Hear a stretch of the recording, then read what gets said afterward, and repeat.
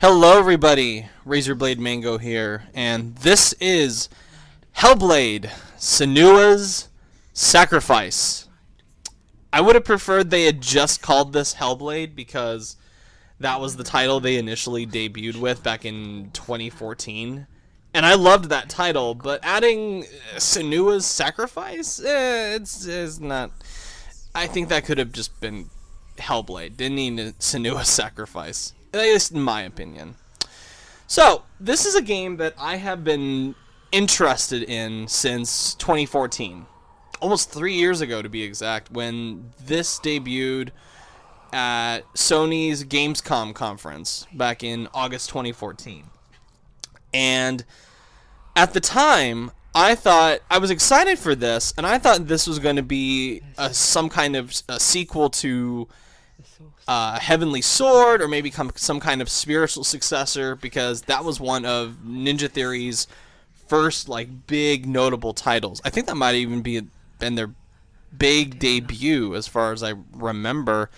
But Ninja Theory is not just known for that. They're known, of course, for Enslaved, Odyssey to the West, and DMC Devil May Cry, which, despite what a lot of people think, I really like DMC.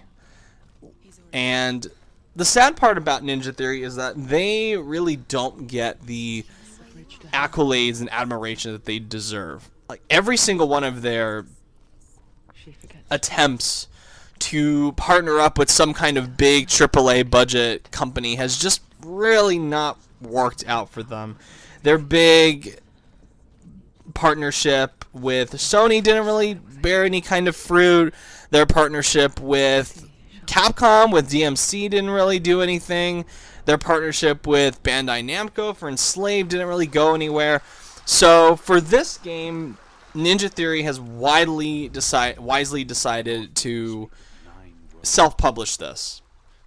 And the reason they wanted to do this without any interference from big AAA publishers is because they wanted to create an experience that is very faithful and very accurate to portraying mental illness, more specifically psychosis, which, if you've been following their development diaries on YouTube like I have for the past 3 years now, they're quite serious about this, and they have nothing but my respect and admiration for going out of their way to accurately portray and research mental illness in a game, because a lot of games don't really tackle mental illness head on the way Hellblade doesn't really do anything to fully bring you into the immersive experience of having psychosis like Hellblade does. A lot of games kind of take that half measure where they want to have the trippy voices and the hallucinations and stuff like that, but it only happens for, a certain segment of the game. They do that, in Batman, in Far Cry, and so on. And Hellblade is something completely different. Hellblade really goes out of its way to fully provide this experience of being trapped inside your own mind, where you're not really sure what you're seeing is a projection of your mind, or if that's really happening. And the voices, the constant voices that this game uses, and they went the extra mile by recording everything. I think it's called binaural audio, where it creates this 3D audio effect, where definitely, if you plan on buying this game, use headphones. Absolutely use headphones, because this is a game that was designed to be fully experienced with this 3D audio completely intact. And it's not the same without it. I've played the game both with and without headphones, and I can tell you, a really good pair of headphones is a must for Hellblade if you want to get the completely intended experience that Ninja Theory has crafted. So, what is Hellblade about? Hellblade is about a Celtic warrior named Senua, who goes on something of a vision quest to try to go into the underworld and reclaim the life of her departed loved one who was brutally sacrificed by Vikings. And Senua suffers from psychosis. And the way this is portrayed in the game, like I said, it's the voices, it's the imagery. And that alone would already be terrifying. The idea of being trapped inside your own mind with depression and mental illness, and the voices in your head talking to you, talking about you, telling you that you're weak and worthless, and that's already a pretty draining experience as it is. But again, Ninja Theory goes the extra mile by creating this incredibly gruesome and disturbing environment that's based on Norse and Celtic mythology. I think it's more Norse, more of a Norse influence. And it has some of the most beautiful atmosphere I've ever seen in a game. The opening 20 minutes in particular, I think, is just wonderful. Overwhelmingly so at times, where there's a specific moment early on in the game where you're hearing the screaming of somebody getting slaughtered, and the way the 3D audio works is that it feels like it's coming all around you and behind you and beneath you, and it's terrifying. And then mix that with the way they combine that with the sound of like water being swished, and it's just this like amazing, overwhelming audio experience, this audio-visual experience that is something I have never seen before in a game. I've never quite experienced anything like Hellblade before. And that is, in the years that I have played video games, Hellblade truly is unique. And it helps too that this is in the running for the most graphically beautiful game I have played maybe ever. We dream about these kind of graphics when we're kids. When I was young, I dreamed of games looking like the way Hellblade does, and here we are. We're finally at that stage where this is possible with these graphics, and I can't believe that Ninja Theory created this on a budget, because it looks better than 99% of big AAA games out there. This looks better than something like Star Wars Battlefront, and I feel like this is a game where the audio-visual presentation really is thematically appropriate, with a lot of exploring and puzzle solving. And this game, in a sense, it reminds me a lot of God of War and the Order 1886. God of War in its tone with the setting with Norse mythology and going against the gods, defying the gods, all that stuff. But it also reminds me of the Order 1886 in a sense where it's a lot of exploring. It's a lot of going up close and personal with the new, like, incredible facial tech animation that they are able to do in Hellblade. But unlike the Order 1886, where I felt like that game was just so up its own ass and pretentious with how it wanted to go, ooh, look at me, pretty graphics, ooh, here we go. It was just shallow. It was just shallow window dressing fakery. A lot of boasting and very little bite.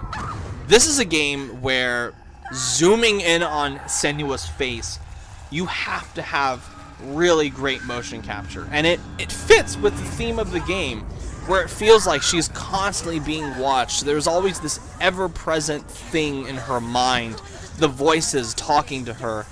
And you have to get that technology right in order to accurately portray the pain and suffering of Senua. You can't just have these crappy, heavy rain facial animation. You have to have something really close to lifelike, and they do that with astonishing effect in Hellblade. And they also do some really creative things with using live action actors. They bring in live action actors and like these hazy hallucinations where people's mouths and faces are attached to statues. There's like a persistent character aside from Senua that's like all in her mind, that's played by a real actor, and it looks great. And it again, it fits the tone of you're not really sure what you're seeing, if it's real or if it's a hallucination. And I have nothing but good things to say, great things in fact to say about the presentation of this game.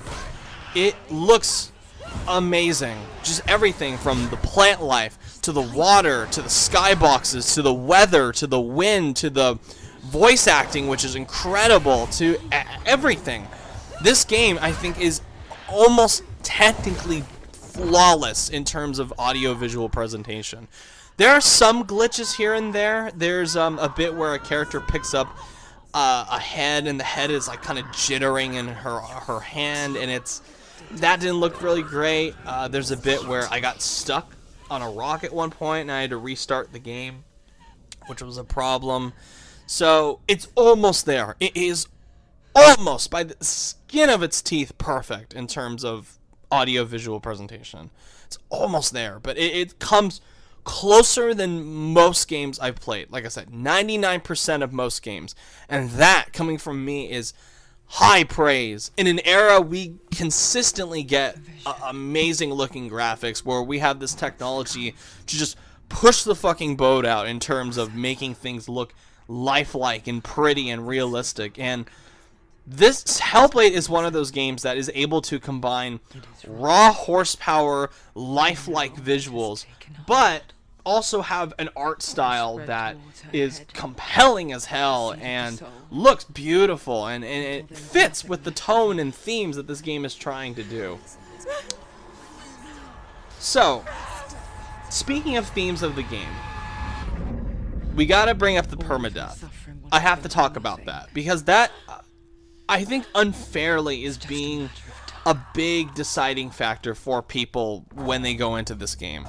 There's a lot of people that I've read that are simply just refusing to play the game because of the permadeath mechanic. And that's unfortunate, because I played this game on, the normal difficulty, and I died maybe 4, 5 times, and it's very forgiving in terms of combat.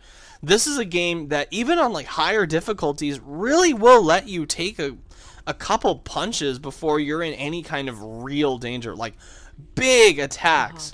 If you're able to get back up, it'll just automatically heal you. There's no health bar for Senua. It's more of a regenerating health, and even then it's really generous. So if you're worried about dying, this game being overwhelmingly hard, I wouldn't worry about it, to be honest, because it's not that bad in terms of being challenging. It's a challenging game. It's mentally, psychologically challenging to get through because of how intense it is, and that's part of the charm. I think the permadeath mechanic, adding that at the beginning of the game, that little text that's now being widely shared, where it's, if the black goo reaches Senua's head, then she dies permanently and your save will get deleted. I think that's a bluff, but it's a bluff that works. It's thematically appropriate. It brings in this extra layer of tension and fear for the player, and that's great. And I don't understand why people are complaining about it so much. I feel like if Kojima put this in one of his games, everyone would be praising it as this brilliant mechanic.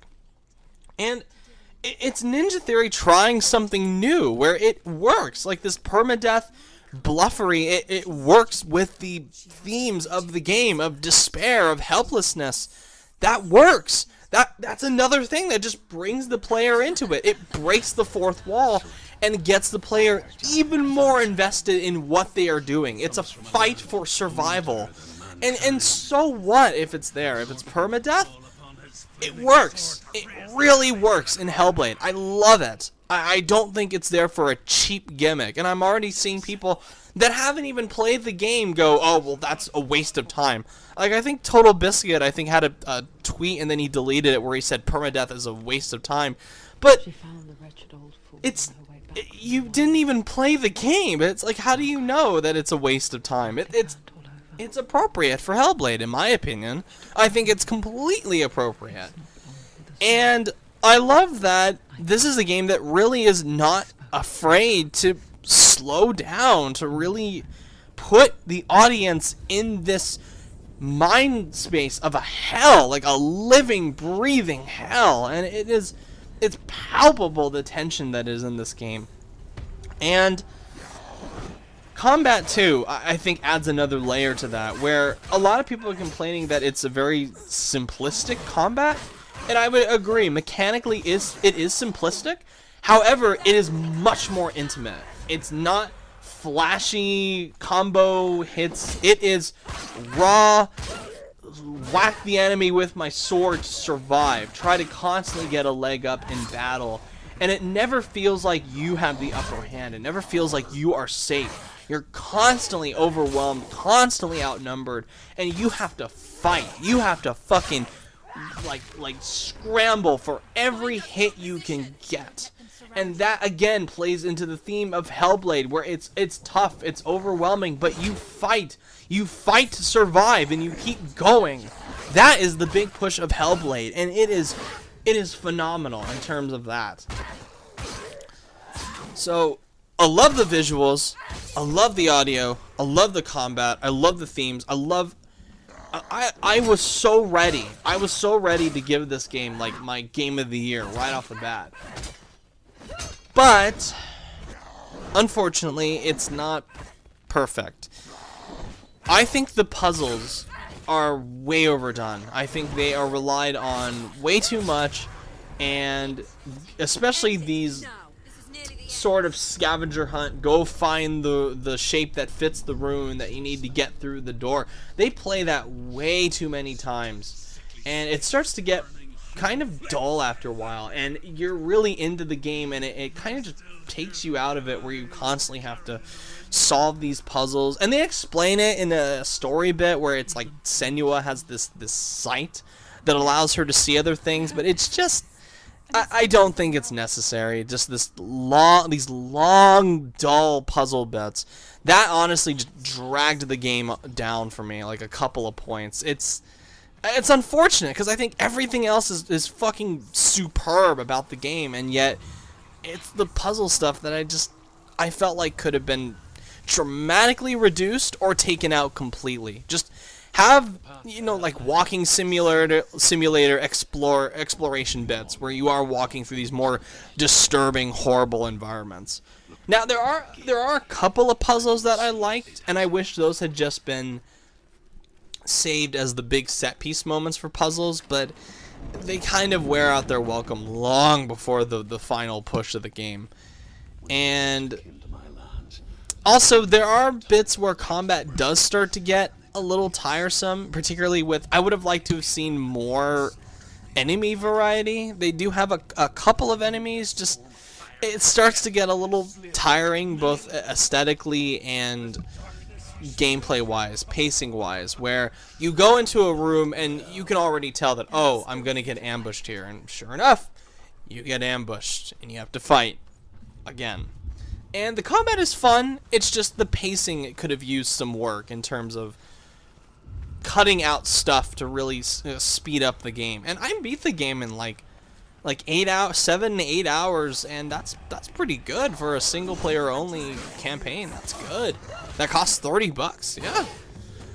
But I still wish it had been a little bit shorter. I probably would have enjoyed it more had it been tightened up a bit in terms of pacing. Couple of glitches as well. Like I said, the audio glitch. There's a bit where I got stuck on a rock and I couldn't go any further, and I had to restart a combat bit, which frustrated the hell out of me. There's the now very noteworthy bug where if you don't light the torch at one point towards the end, you will get stuck like Jim Sterling did. And that's another big problem with the game. it has only one save file, and it doesn't have a manual save. There are no manual checkpoints. It is auto every single time, and you have to like wait for the game to auto save every single time for you to. And the checkpointing system really is not particularly great in terms of consistently saving your progress. And there can be like long stretches. Like there is one bit towards the end that is just this long stretch of combat, and if you die at one point, you gotta start all over again. And thankfully I didn't, but I was like constantly in fear that I was like, fuck, if I die, then I'm gonna have to do this all over again, and it's already tough enough as it is. And I guess you could argue that that's thematic, I guess, but it sacrifices. That's one of the instances where it sacrifices player convenience in terms of, you know, trying to stretch this shit out, and it doesn't work. It needs a manual save. It needed more than one save, or it needed manual save at one point. And I admire Ninja Theory trying to make this as HUD free and UI free as possible, but it is. You need something. You need a manual save. You need a more than one auto save file. That's just me. I did not care for that at all. But overall, I dug the hell out of this thing.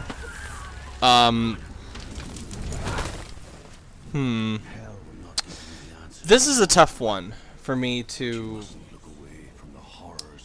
really put my thoughts into like one big cohesive thing.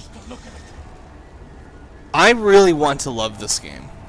I want to go out and sing this game's praises on a mountaintop.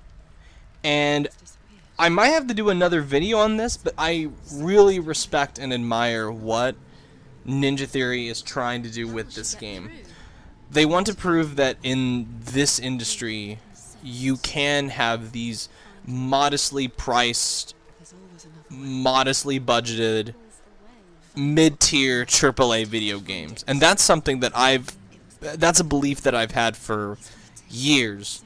And Ninja Theory trying to do it makes me wish them all the luck in the world. And I think, as a studio, Ninja Theory deserves a big, massive success. And I really want to love this game. I really want to love it. If it just weren't for the fact that they could have cut down a lot of the puzzles, and they could have tightened up the pacing and made this shorter, it would have been my game of the year. It's almost there. It's just the big roadblock of the puzzles that I just don't really care for, and they just slow the game's pacing to a crawl. So, even with that in mind, I can still highly recommend Hellblade. Even if you are somebody that doesn't like these puzzles, doesn't like going on scavenger hunts and stuff like that, this game's atmosphere is so incredible. And it is definitely an experience that I feel like so many people should give a try. Don't let the permadeath scare you. Don't let the intense, potentially overwhelming subject matter scare you off. This Hellblade, this is something truly unique. This is something that I think is going to be a really noteworthy title a couple of years later down the line. People are going to look back at Hellblade and go, wow, remember that game? And I hope this is successful enough where it does start this trend of middle-of-the-road priced and budgeted AAA games. Not every game needs to be this full $60, multi-million-dollar extravaganza, and then they don't make their money back. From what I understand from Ninja Theory, this game only needs to sell a few copies because they found efficient ways to keep the budget in check. And that's incredible. That really is incredible. And I cannot, just for the atmosphere and the experience that I had overall, yeah, I highly recommend Hellblade. I cannot recommend Hellblade enough for just for its audio-visual presentation. And that's something I rarely ever say. Like high praise. It's that good.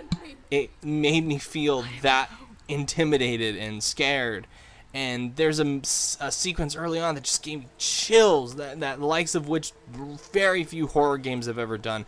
It reminded me of PT in some places, in terms of being overwhelmingly disturbing and graphic as well, which, that's incredible.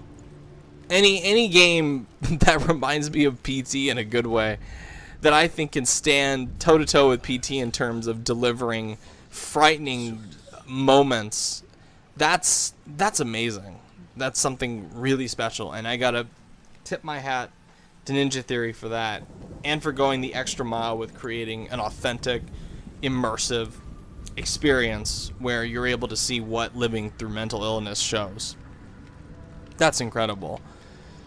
So, yeah, that's Hellblade: Senua's Sacrifice, available for $30 on PS4 and PC on Steam and GOG. So, thank you everyone for watching. If you like to see, subscribe. Let me know what you think about Hellblade. And as always, have a good one, everyone. Take care. Not a warrior. To survive, I did things.